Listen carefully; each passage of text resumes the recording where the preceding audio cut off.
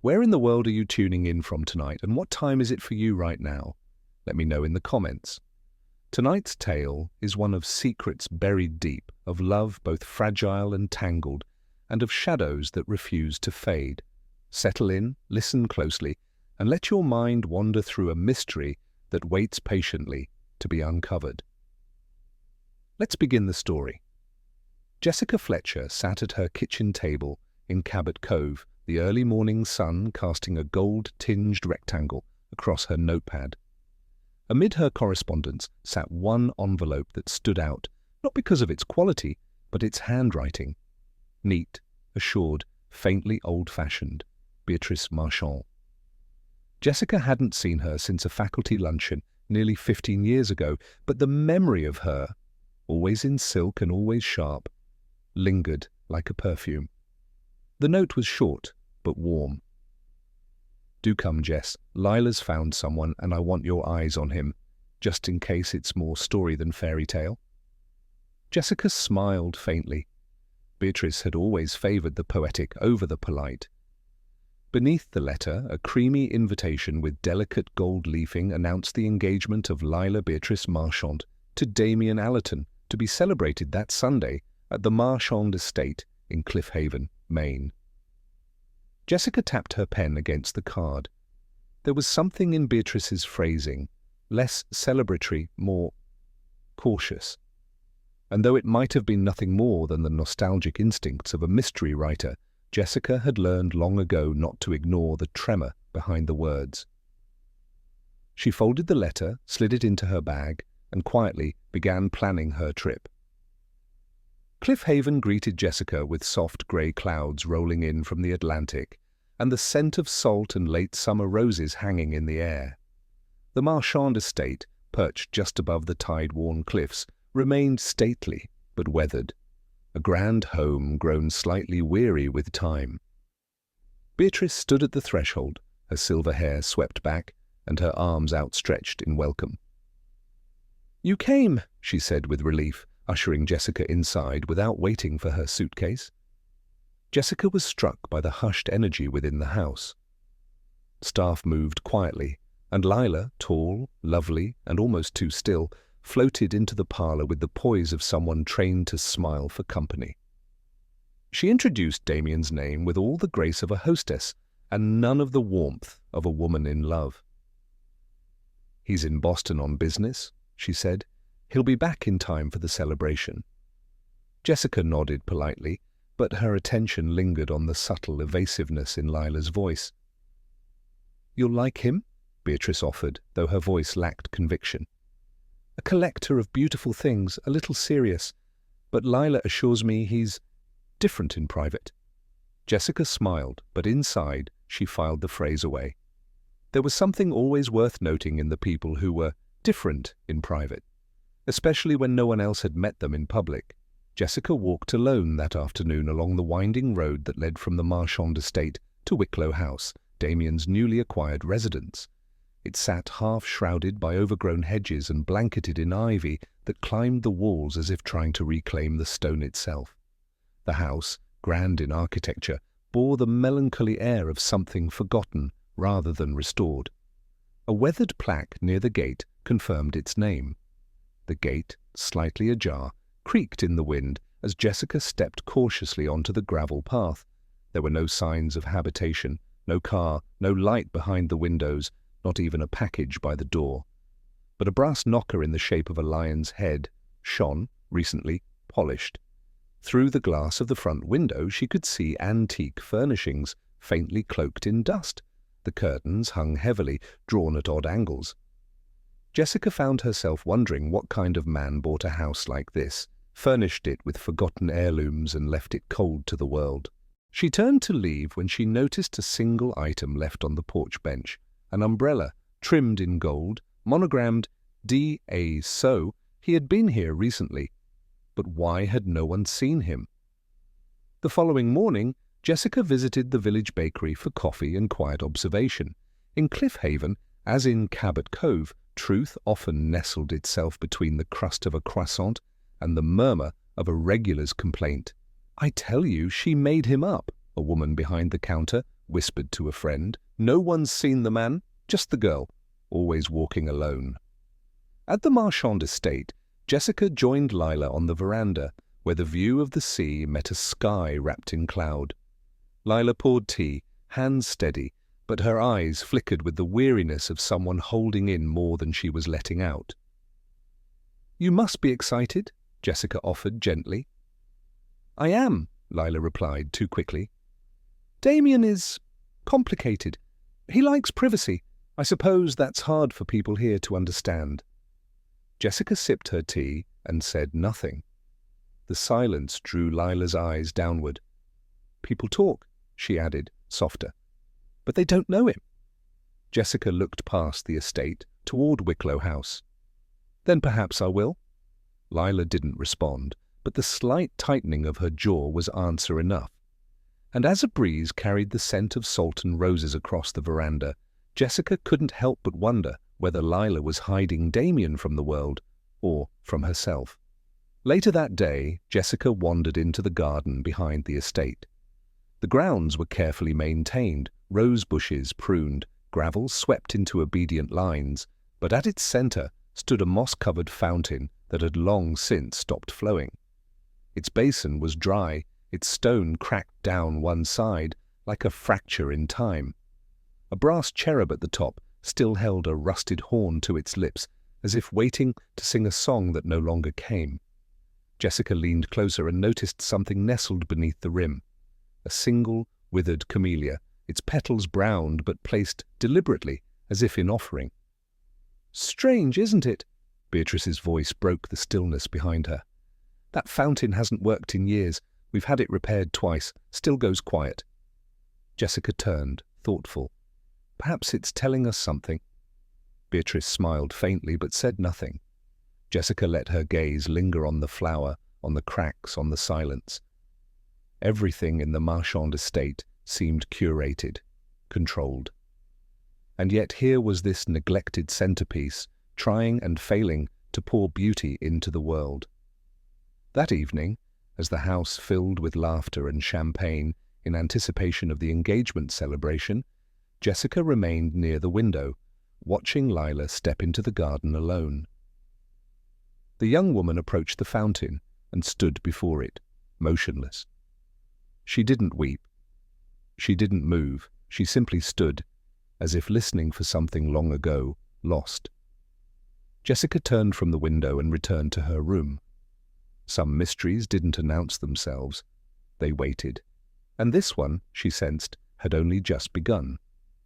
The garden at the Marchand estate bloomed with the muted elegance of late summer, hydrangeas heavy with flowers, soft light filtering through overhanging branches. Guests mingled beneath strings of lanterns, the gentle clinking of glasses and polite laughter floating on the warm air. Yet beneath the veneer of celebration, one chair remained conspicuously empty, the seat reserved for Damian Allerton. Jessica noted the absence with a quiet sense of unease.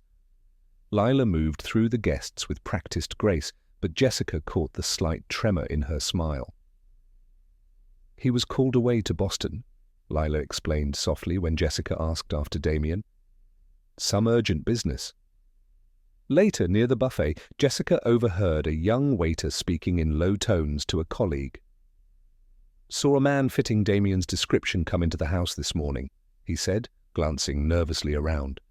"But I haven't seen him since." Jessica's mind traced the possibilities. If Damian had been here, why vanish without a word? If he had left, why was there no note, no farewell? The whisper of doubt crept in, a shadow beneath the sparkle of the evening. She made a mental note to ask Lila again when the moment was right, though she suspected answers would be slow in coming. As the sky faded from rose to dusk, Jessica found herself drawn toward the cliffs overlooking the sea. The sound of waves was steady, rhythmic, an ancient pulse beneath the modern world. Near the moss-covered fountain, she spotted Lila alone. The young woman's posture was rigid, her pale face a quiet storm. Jessica approached without hurry, sensing the weight that held Lila silent. "You look troubled," Jessica said gently. Lila's eyes met hers, glassy and distant. "It's nothing," she whispered, voice brittle. But Jessica's gaze lingered on the faint tremble of Lila's hands, the way her shoulders hunched as if carrying a secret too heavy to share. Sometimes silence speaks more than words. Lila's lips pressed into a thin line. "It's just complicated." Jessica nodded, offering no further pressure. The fading light wrapped them in a fragile quiet, both understanding that some stories needed time to unfold. Morning brought a brittle chill, and with it, unsettling news. Lila appeared at breakfast, her usual composure fractured. "Damian is gone," she said, voice barely above a whisper. "No note, no warning, just gone." Jessica felt a pang of concern, tempered by the calm steadiness she'd come to cultivate. "Have you spoken to anyone? Could he have left for good?" Lila shook her head. "His car isn't in the driveway, and the antique shop on Main Street is closed and boarded up. It's as if he never existed." Jessica absorbed the words slowly. The disappearance was no ordinary runaway groom's whim. Something deeper churned beneath the surface, invisible but potent. She thought back to the waiter's comment, to Lila's pale face by the fountain, to the empty chair at the celebration. Pieces of a puzzle she was only beginning to glimpse. Her gaze found Lila's again, searching for the unspoken truths lurking beneath her calm words. Sheriff Jonas Bellamy arrived with the quiet pragmatism of a man used to small-town mysteries. His weathered face gave nothing away as he listened to Jessica's recounting of events. "Most likely," he said slowly, "the man got cold feet. Happens more than you think, especially with a private fellow like Damian."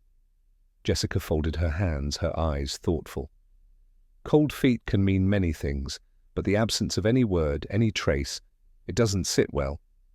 Bellamy nodded, but Jessica saw the flicker of unease behind his steady gaze. "There's something else," she said, her voice softer. "The people who know him, or think they do, are tight-lipped. And Lila, she's not as composed as she wants to appear." The sheriff looked toward the window, where a gull wheeled against the grey sky. "We'll keep looking.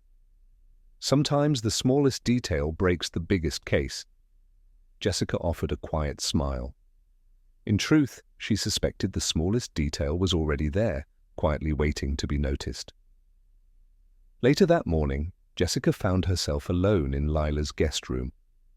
The room was a delicate mix of old-fashioned charm and modern touches, but it was the dresser that caught her attention. A framed photograph stood near the edge, a portrait of a couple, half of the image torn clean away. Only Lila's face remained whole, the other half was missing, leaving an empty space where Damian's features should have been. Jessica's fingers brushed the frame's edge, noting the fine cracks in the glass, the subtle scratch marks where the photo had been torn. It was a deliberate act, a silent erasure. Why hide half the face? Was it shame, fear, or something else entirely? Lila entered quietly, pausing behind Jessica. She did not speak, but her eyes betrayed a mixture of sorrow and hesitation. Jessica turned slowly, meeting her gaze. Sometimes what we choose to hide tells more than what we show. Lila's shoulders sagged imperceptibly. "There are things I can't say." And in that unspoken confession, Jessica felt the fragile fracture beneath the surface, another secret waiting to be uncovered. Jessica's footsteps echoed softly on the worn wooden floor of the Cliff Haven Public Library, a quaint, well-loved building smelling faintly of aged paper and polished oak. Behind the desk sat Gretchen Wiles, a woman with silver-streaked hair and eyes sharp with the kind of knowing that comes from years of observing the small town's comings and goings. "I've been here for nearly 30 years, Gretchen said when Jessica introduced herself. "And Damian Allerton, well, he came and went like a whisper. Paid cash for Wicklow House, no references, no fanfare. Just showed up with his bags and those eyes, quiet, watchful." She tapped her fingers lightly on the counter. "Never registered for a library card, never asked for much." Jessica nodded, mentally noting the inconsistency of a man who valued privacy, yet chose such a public purchase. Any word on where he came from before Cliffhaven? Rumours, Gretchen said with a knowing glance. Some say Boston, others whisper Connecticut, but nothing solid, only shadows. Jessica allowed the silence to settle, weighing the significance. A man who arrives paying cash with no paper trail leaves a question mark long after he's gone. As she thanked Gretchen and turned to leave, a small detail caught her eye. A bookmark sticking from an open book titled Local Histories and Lost Secrets. Something about the worn leather spine suggested it might have been read more than once, perhaps even by Damian himself. Later that afternoon, Jessica found herself standing before the shuttered front of Damian's antique shop on Main Street. The wooden sign, faded and peeling, swung gently in the breeze. The door was locked tight, its windows clouded with dust and age. Yet as Jessica pressed her palm against the glass, she caught the faintest glimmer of something inside, a faint ledger resting on the counter, barely visible in the dimness. A shopkeeper passing by noticed her gaze and offered a brief nod. "Mr. Allerton hasn't been around for weeks," she said quietly. "Shop's been closed since his disappearance. Town's been talking." Jessica nodded politely, but her curiosity pulled her to investigate further. After some discreet inquiries, she managed to get the key from a trusted source and returned to the shop under a polite pretense. Inside, the air smelled of old wood and forgotten stories. The ledger lay open, its pages filled with carefully written names and dates, some underlined, others marked with cryptic symbols. One particular notation drew Jessica's attention. Beside the name E. Marchand, a terse comment, "Settle before July." Her fingers traced the ink, and a quiet question bloomed. Was Damian's interest in Lila's family more than romantic? Was the engagement a genuine bond or a calculated move? As Jessica closed the ledger, a folded scrap of paper slipped from between the pages. It bore a partial list of antique artifacts and prices, among them a camellia brooch circa 1892, circled in red. The brooch, she knew, was a cherished Marchand heirloom, long thought lost. Her thoughts deepened. The threads of affection, secrecy, and perhaps greed were weaving tightly around this strange man and the family he sought to join. Jessica's next visit was to Wicklow House itself, where Graham Harlan, the caretaker, awaited with a reserved expression. "I haven't seen Mr. Allerton in days," Graham admitted, his voice low. "But I did notice something odd last week. Muddy footprints by the cellar door, fresh enough to be recent, but no one had been down there, or so I thought." Jessica listened carefully. "Was the cellar door locked?" "Usually, yes, but that day it was ajar. I swear it wasn't before." Graham shifted uncomfortably. "I'm not proud of my past, Mrs. Fletcher. Lost my sister years ago under difficult circumstances. Sometimes the past catches up in unexpected ways." Jessica gave him a steady look, sensing the weight behind his words.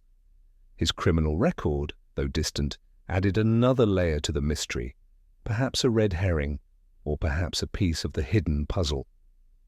As they walked around the perimeter, Jessica's eyes traced the path of the footprints, leading toward the thick underbrush at the edge of the estate. She noted the pattern, hurried steps, but no signs of struggle.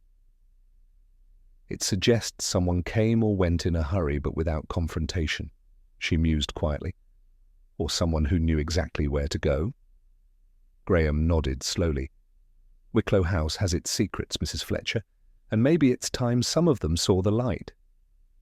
Jessica's mind worked steadily, the pieces of shadow and light falling slowly into place. Jessica arrived at the elegant home of Evelyn Roth, a woman whose sharp eyes and carefully poised smile spoke of years spent mastering the art of social performance. Evelyn, Lila's godmother, welcomed Jessica with a touch of cool reserve, her every gesture measured and deliberate. "Damian?" Evelyn repeated the name with a slight sneer. "He was never quite right for Lila. An actor in the wrong play, if you ask me. Too mysterious, too calculating." Her voice was light, but beneath it, Jessica detected a hardness, a guardedness that did not come from disdain alone. "Yet you remain close to Lila," Jessica remarked gently. "You care for her." Evelyn's smile tightened. Of course, but love can be blind. Sometimes it takes an outsider to see the cracks in the facade. Jessica studied her carefully. There was more beneath Evelyn's practiced exterior, perhaps regret, or even guilt. When Evelyn glanced away, her fingers unconsciously toyed with a delicate bracelet, a tiny camellia charm catching the light. A family heirloom, Jessica knew from Lila. "Is there something you aren't telling me?" Jessica asked softly. Evelyn's eyes flickered with emotion. "Let's just say, I know shadows from the past that Damian would rather keep hidden, and I want to protect Lila from them, even if it means carrying burdens alone." Jessica nodded slowly. The performance was flawless, but the cracks were there, if one knew where to look. Back in the quiet of her room that evening, Jessica laid out the fragments she had gathered, whispers, half-truths, and silences heavier than words. Damian's arrival paid in cash, the ledger's coded note beside E. Marchand, the footprints by the cellar, Evelyn's veiled warnings. Each detail hinted at layers beneath the surface. Her mind returned to the torn photograph on Lila's dresser, the deliberate erasure of Damian's image. What secrets demanded such concealment? Was it shame, fear, or a deeper, darker truth? Jessica considered the people orbiting Damian's life. Lila's fragile silence, Evelyn's guarded protectiveness, Graham's shadowed past, and now the distant rumors Gretchen had shared. There was a pattern emerging, a web woven with half-truths and withheld confessions. Her thoughts circled the question of motive. If Damian's intentions were not as pure as presented, what was he after? Love, revenge, escape? And who else might benefit from his disappearance? There was also Lila's growing doubt, her whispered confession that she didn't truly know the man she was to marry. The uncertainty was a mirror reflecting the town's wariness. Jessica paused, turning a worn bookmark between her fingers. The same one she'd seen in the library, edged with a faint imprint resembling a camellia petal. A symbol recurring quietly, linking past and present. The room felt suddenly colder, the unknown pressing closer. Some puzzles were more than missing pieces. They were questions waiting patiently to be asked. Jessica closed her eyes briefly and made a silent promise. She would unravel this quietly, patiently. For beneath the surface of every secret lay a truth desperate to be told. The marshland stillness was broken only by the distant cry of a gull and the whispering of reeds. Jessica walked carefully along the muddy path that wound toward the edge of the wetlands, where a small crowd had gathered.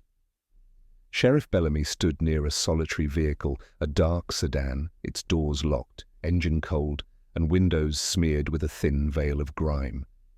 Jessica's eyes traced the car's outlines. No dents, no signs of struggle, no scattered belongings.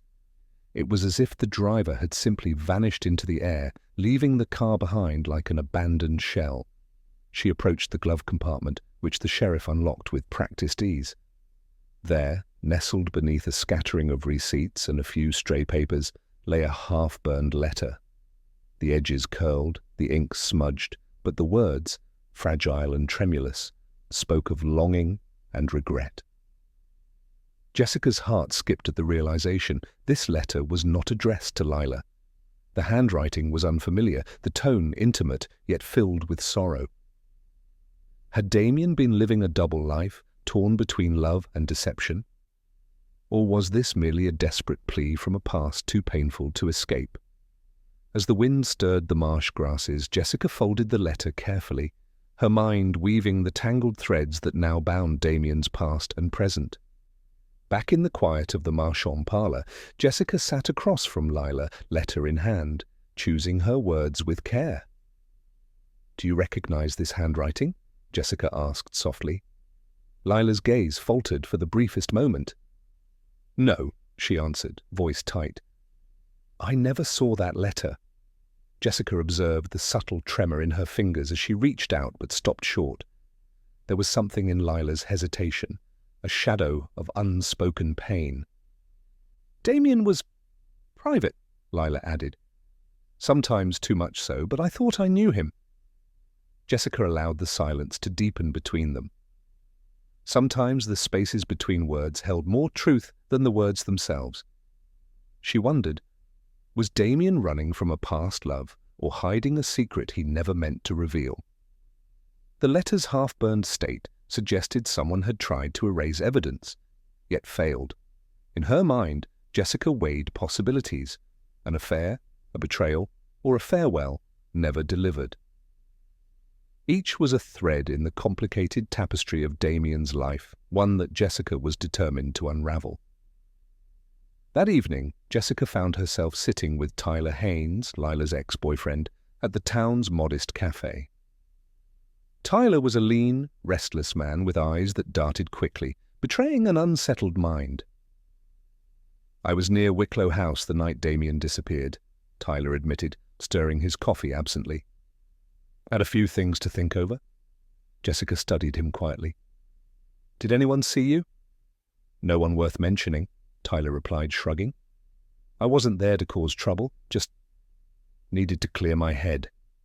But Jessica caught the slight evasiveness beneath his words. His hands clenched the cup a fraction too tightly. When she mentioned Damian's disappearance, Tyler's jaw tightened and his gaze flickered away. "You didn't like Damian," Jessica observed gently. "No," Tyler said after a pause. "He was everything I wasn't. Perfect, mysterious. Lila deserved better than the secrets he kept." Jessica considered this. A jealous ex, certainly a plausible red herring, but not necessarily the villain. Still, Tyler's presence near Wicklow House that night added weight to the unfolding mystery. Was his visit coincidence, or was something more deliberate at play? Jessica left the cafe with questions lingering between them, knowing that sometimes what people didn't say was as important as what they confessed. Jessica arranged to meet Graham Harlan once more, this time in the small, dimly lit office behind the caretaker's quarters at Wicklow House. The man seemed quieter now, weighed down by his own secrets. "I've made mistakes," Graham confessed, voice low and hesitant. "Years ago I was convicted for a crime I didn't commit. Well, not entirely. It was an accident, but the law saw it differently." He swallowed hard. "My sister, she disappeared. Some say I was responsible, others think I was the last to see her alive." Jessica listened carefully, her mind turning over the implications. Could Graham's past be a red herring, a shadow cast too long? Or did the weight of guilt explain his recent nervousness, and perhaps something darker, at Wicklow House? "Do you think that's why some people don't trust you?" she asked gently. He nodded. "Maybe. But I'm not the only one with things to hide here." Jessica made a mental note. Grief and suspicion often walked hand in hand, and Graham's was only one story tangled in this web. Back at the Marchand estate, Jessica sat with a small stack of documents, a collection of public records she had quietly obtained. Among them was a police report from Connecticut naming a David Allerton, a man whose description and history bore uncanny resemblance to Damian. David had been a suspect in a long unsolved disappearance decades earlier. He had never been charged but had vanished from public view soon after. The dates lined up. David's sudden absence coincided suspiciously with Damian's arrival in Cliffhaven. Jessica studied the names, the dates, the small inconsistencies in paperwork. Was Damian Allerton a carefully constructed alias? If so, what had driven him to start anew, and what secrets did he carry across state lines? She glanced toward the garden window where Lila had stood so still by the fountain. If Damian was David, then the past was not behind him. It was folded tightly into every gesture, every silence. Later that evening, as the light softened in Lila's sitting room, Jessica examined a stack of Damian's books. Among them, a leather-bound volume lay open, its pages yellowed with age. Between the leaves she discovered a pressed rose, brown, brittle, its petals curled and crumbling. The delicate blooms seemed a silent emblem of something lost, a love faded beyond repair. Jessica's thoughts drifted to Lila's confession of doubt and sorrow. The rose, once vibrant and fragrant, now fragile and lifeless, mirrored the emotional landscape she was beginning to understand.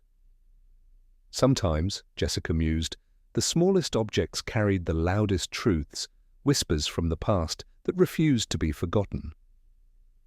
Jessica sat quietly in the Marchand library, a room lined with shelves heavy with leather-bound tomes and memories. The delicate scent of old paper mingled with faint hints of gardenias from the window open to the late afternoon sun. She carefully unfolded a yellowed newspaper clipping she had found tucked inside an old file among Damian's belongings. The headline read, "Engaged woman vanishes without a trace." Beneath it, a faded photograph showed a young woman with soft features and wide eyes, Eleanor. Jessica's mind turned slowly over the facts. Damian, or David, as he had once been known, had been engaged to Eleanor, a woman who had disappeared just weeks before their wedding, leaving no trace behind. No body, no ransom note, only the lingering suspicion that haunted David's name ever since. The name Eleanor lingered in Jessica's thoughts like a ghost whispering secrets from the past. Was Damian's new life in Cliff Haven an escape from those old shadows, or had they come with him? She closed the clipping with a quiet resolve. Sometimes the past was a door left ajar, inviting you in when you least expected. Later that evening, Jessica dialed the number she had found for a retired detective in Connecticut, Harold Monroe, a man who had worked the cold case involving Eleanor's disappearance. The line crackled before a steady voice answered. "Detective Monroe speaking." Jessica introduced herself, carefully outlining the connection to Damian Allerton, formerly David Allerton. "I remember that case well," Monroe said after a pause. David was the prime suspect. No charges were ever filed, but the evidence was circumstantial. He was a man with secrets, quiet and watchful. When Eleanor vanished, suspicion fell on him, but we never had the proof to bring him in. Jessica asked about the investigation's closing. Monroe sighed. "David disappeared shortly after, leaving us with more questions than answers. A man running from his past, perhaps." Jessica folded the phone slowly, weighing the weight of Monroe's words. The past was a shadow that clung tightly to Damian, threatening to unravel the carefully woven life he had tried to build. The next morning, Jessica returned to the Marchand Estate's garden, drawn once more to a stone planter near the ancient oak tree. There, half hidden beneath dried leaves, she spotted a glint of tarnished silver. Kneeling, she uncovered a small pocket watch, its surface dulled by time, but still bearing a faint engraving. "To D from E, May time mend us." The initials confirmed what Jessica had long suspected. This watch had belonged to Eleanor. She turned the watch over, noting the delicate craftsmanship and the subtle cracks in its glass face. It was more than a timepiece. It was a silent relic, a message from a life cut short, and a love unresolved. As Jessica held it, memories of Lila's silent struggles, Damian's evasions, and Evelyn's veiled warnings coalesced into a tapestry of sorrow and secrets. Somewhere beneath the soil of this garden, and beneath layers of guarded hearts, truth waited to bloom once more. Jessica pocketed the watch carefully, her mind already tracing the fragile threads that might lead her closer to the answers Damian hoped to leave behind. Jessica sat with Lila in the drawing room, sunlight filtering softly through the lace curtains. The young woman's hands trembled slightly as she pulled from her pocket a stack of folded notes, yellowed at the edges and written in a delicate, unfamiliar script. "I thought they were childish pranks," Lila said quietly, her voice barely above a whisper. "But they warned me not to marry Damian, not to trust him." Jessica took the notes, letting her eyes trace the careful curves of the handwriting. No signature, no clue, just caution folded between the folds. "Did you show these to anyone?" Jessica asked gently. "No," Lila admitted, her gaze dropping. "I was afraid it might cause more trouble, or that people would think I was imagining things." Jessica felt the weight of silence between them, the unspoken fear of secrets held too long. Sometimes, she thought, The most damaging words are those left unsaid. Later, Jessica held one of the notes up to the light and compared it to the personalized stationery she had glimpsed at Evelyn Roth's home, a soft cream paper embossed with an intricate floral crest. The match was unmistakable. With a quiet knock, Jessica returned to Evelyn's drawing room, where the woman sat knitting with precise, nervous fingers. "I believe these are yours," Jessica said softly, placing the note on the table. Evelyn's hands stilled, and her eyes clouded with a mixture of shame and resolve. "Yes," she murmured. "I wrote them." Jessica waited patiently as Evelyn's voice cracked with confession. "I wanted to protect Lila from Damian's past," Evelyn said. "I thought if I warned her discreetly, she might listen. But fear kept me silent when it mattered most."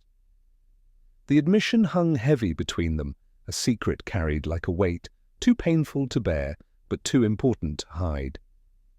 Jessica's thoughts drifted to the fragile line between protection and interference, and the unintended consequences that often follow. Evelyn looked away, voice thickening with emotion. "Damian once courted my daughter, Caroline. She was bright and full of promise, but the shadows he brought, they clouded her spirit. When Caroline took her own life, the town whispered it was because of him. But no one dared say it aloud." Jessica reached out, a gesture of quiet compassion. "Your grief is profound," she said gently, "and your silence has been a heavy burden." Evelyn nodded slowly. "I believed if I spoke, I might bring ruin to Lila's happiness. But now I wonder if my silence only deepened the wounds." Jessica understood the complexity of love and guilt intertwined, a mother's attempt to shield the innocent while carrying her own sorrow. As Evelyn's confession settled, Jessica's mind raced quietly through the threads of pain and secrecy that bound them all. The past was not just a place of memories, but a living force shaping the present in invisible ways. And beneath it all, Jessica knew the truth was waiting, patient, persistent, and finally ready to emerge. The heavy cellar door groaned open, reluctantly surrendering its secrets to Jessica and Sheriff Bellamy. A stale, earthy scent drifted upward, a mingling of damp stone and forgotten years. The narrow stairwell spiraled downward into shadows deeper than the twilight above. Jessica's footsteps were measured, each one a quiet inquiry into the heart of the house's hidden past. At the base of the stairs, the beam of the sheriff's flashlight caught a shape curled in a corner, frail, still, and unmistakably human. "Mr. Allerton." Bellamy's voice was low, cautious. The man stirred, lifting a pale, dust-flecked face. Damian's eyes fluttered open, weak but alive. Jessica's breath caught. Here was no ghost, no spectre of rumor, just a man caught in the silence between absence and survival. She knelt beside him, noting the bruises and the dust that clung like a shroud. "You're safe now," she whispered. "We're here." Damian's voice was a rasp. "I've been waiting. I never meant for this." Jessica's mind raced quietly, the pieces of the puzzle folding around this fragile truth, her heart steady despite the weight of what lay ahead. As the sheriff tended to Damian, Jessica sat close, her voice gentle but firm. "Tell me what happened," she urged. Damian's gaze lingered on the cracked stone wall. "I fell," he admitted. "The cellar stairs gave way while I was searching for something I thought would put my past to rest." His breath hitched. "I was trapped for days, alone with my regrets." He paused, swallowing the weight of memories. "I never harmed Eleanor. Not directly. But suspicion, it chased me like a shadow. I changed my name, tried to vanish. The notes Lila received, I believe Evelyn sent them, from grief and anger." Jessica listened, sensing the tangled web of truth and half-truths. Damian's confession was both revelation and plea, a man haunted by mistakes, not crimes. "You carry a heavy burden," Jessica said softly. "But hiding won't lighten it." Damian nodded, eyes moist. I wanted to begin again, but some ghosts don't rest. Jessica's thoughts turned to Eleanor, to the vanished woman who lingered like a question mark in their story. Damian's gaze fell upon the pocket watch Jessica held, a fragile link to a past he could never fully escape. She turned it slowly, revealing the engraved words, "To D, from E, Maytime mend us."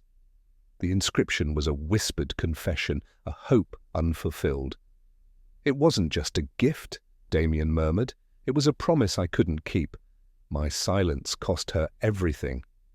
Jessica felt the weight of his remorse, not of guilt for a crime, but for helplessness in the face of tragedy.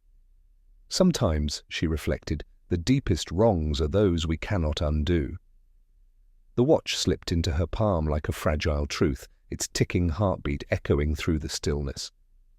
Outside the cellar the wind stirred, and Jessica knew the path forward was still shrouded in shadow, but the light of understanding had begun to dawn.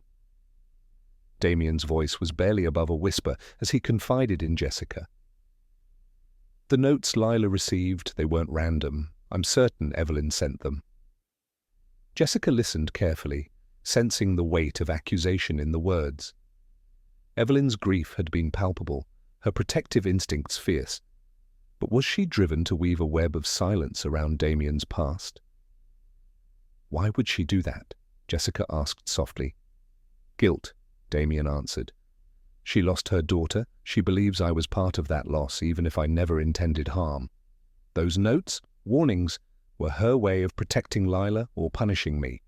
Perhaps both." Jessica's thoughts drifted to Evelyn's confession earlier, the mother caught between love and blame. The complexities of grief often distorted truth, creating shadows where none should fall. The web was growing tighter, threads entangling friend and foe alike. And at its center, the fragile figure of Lila, caught between love, loss, and silence. Jessica sat across from Tyler Haynes in the small sitting room of the Marchand estate. The man's restless eyes avoided her steady gaze, betraying the inner turmoil beneath his calm exterior. "Tyler," Jessica began gently, "you were near Wicklow House the night Damian disappeared. What brought you there?" Tyler hesitated, then sighed. "I wanted to see him, to confront him." His voice cracked with a mixture of bitterness and pain. "He was everything I wasn't. Perfect, distant, and secretive. Lila deserved better." Jessica watched as Tyler's hands clenched and unclenched, the fight within him playing across his face. "Did you do something that night?" she asked quietly. His eyes darted away. "I followed him, yes. I meant only to scare him off, to protect Lila. But when he fled into the cellar, I sealed the door. I didn't think it would trap him." Silence hung heavy between them. "Why confess now?" Jessica pressed. "Because it's killing me," Tyler said, voice breaking. "I never meant to hurt him, only to stop him from hurting Lila, but fear makes fools of us all." Jessica nodded slowly, the puzzle pieces shifting into place. Tyler's jealousy had crossed a dangerous line, not of murder, but of recklessness born from love and regret. There were still questions lingering. Why had Damian fled so desperately? What else was hidden beneath these shadows? Jessica folded her hands, the steady calm of a detective, ready to unravel the last threads. Alone again, in the cellar's quiet embrace, Jessica knelt near the doorway where shafts of fading light caught the dust motes like tiny stars suspended in time. She thought of the tangled lives above, the secrets, the silences, the regrets. The past, she mused, was a room we all carried within us, sometimes locked, sometimes open, always filled with dust that settled and stirred. Damian's confession, Tyler's remorse, Evelyn's grief. Each was a fragment of truth, fragile but vital. Jessica's fingers brushed the worn stone step, tracing the invisible lines of a story still unfolding. Truth, she knew, was never tidy. It arrived in whispered shadows and hesitant admissions, waiting patiently for those willing to see beyond the surface. And as the light softened, Jessica felt the steady pulse of justice, not in loud declarations, but in quiet understanding. The night was far from over, and the final answers still awaited their moment. The drawing room was heavy with unsaid words and cautious glances as Lila stood before her family and close friends. Her voice was steady, though faint cracks betrayed the weight of her decision. "I have thought long and hard," Lila began, her eyes briefly meeting Jessica's with a quiet strength, "and I cannot go through with the wedding." The room fell silent. The festive air of weeks before was replaced by a subdued solemnity. Jessica watched Lila closely, the grace with which she bore the moment, the mixture of relief and sorrow in her expression. This was not a capricious choice, but a reckoning born from the truth she could no longer ignore. Lila's words continued, softer now. "I loved a vision of him, not the man I thought I knew." Jessica understood then that the illusion had been shattered, and with it, the fragile hopes that had tied so many hearts together. As the guests quietly dispersed, Jessica's mind lingered on the fragile threads of trust and the courage it took to unravel them. Damian's departure was as quiet as his arrival. No goodbyes, no promises. He packed only the bare essentials, his movements measured but heavy with finality. At the doorstep of Wicklow House he paused briefly, his gaze lingering on the ivy-clad walls that had witnessed so much silence. Jessica met him there, the soft weight of unspoken understanding between them. "You cannot undo the past," she said gently, "but you can choose what comes next." He nodded, his eyes reflecting both sorrow and a hint of hope. "I carry what I cannot change." With that, he stepped away from the place he had tried to call home, leaving behind questions, regrets, and the faintest trace of redemption. Jessica watched until he was gone, the evening breeze carrying away more than just footsteps. In the quiet of Evelyn's sitting room, the woman finally let down her carefully maintained defenses. Tears welled in her eyes, not solely for her lost daughter, but for the years she had borne the burden of silence alone. "I buried Caroline with more than grief," Evelyn confessed, voice trembling. "I buried my fears, my regrets, and the things I never dared say." Jessica listened with a gentle presence, understanding that some wounds were invisible yet profound. Evelyn's hands trembled as she clutched a faded photograph of Caroline, a reminder of love, loss, and the cost of secrets kept too long. "Perhaps," Evelyn whispered, "truth is the only thing that can set us free." Jessica nodded, feeling the quiet strength in those words. In that room, amid sorrow and confession, she glimpsed the fragile hope that even the darkest past could find light. The garden fountain had been repaired since Jessica first arrived, its cracked basin now sealed, and water gently bubbling once more. She settled on the worn stone bench nearby, journal resting in her lap, pen poised between thoughtful fingers. The gentle murmur of flowing water was a quiet counterpoint to the swirl of thoughts in her mind. Jessica wrote slowly, each word measured. A meditation on love's delicate nature, the truths we hold close, and the courage it takes to allow ourselves to be truly known. She thought of Lila, whose bright hope had been shadowed by secrets, and Damian, a man burdened by his past, yet yearning for redemption. Love, Jessica mused, was never simple. It was a promise both beautiful and fragile, requiring honesty as its foundation. Yet sometimes the hardest truth to face was the one reflected within ourselves. Her pen lingered over the page, tracing the lines of a quiet epiphany. That courage often came not in grand gestures, but in the gentle act of revealing one's true self, flaws and all. The fountain's steady song filled the garden, a reminder that even broken things might find their flow again. Closing her journal, Jessica allowed her thoughts to drift toward Damian, his presence now faded but his shadow lingering. Was he a villain who had fled justice, or a man running from sorrow too deep to bear? The answer was not simple. Life often resisted tidy conclusions, and human nature was layered with contradictions. Jessica considered the tangled web of grief, guilt, love, and fear that had bound those she had come to know. Damian's silence had concealed pain, not just secrets. Tyler's jealousy had threatened, not destroyed. Evelyn's grief had protected, even as it weighed heavily.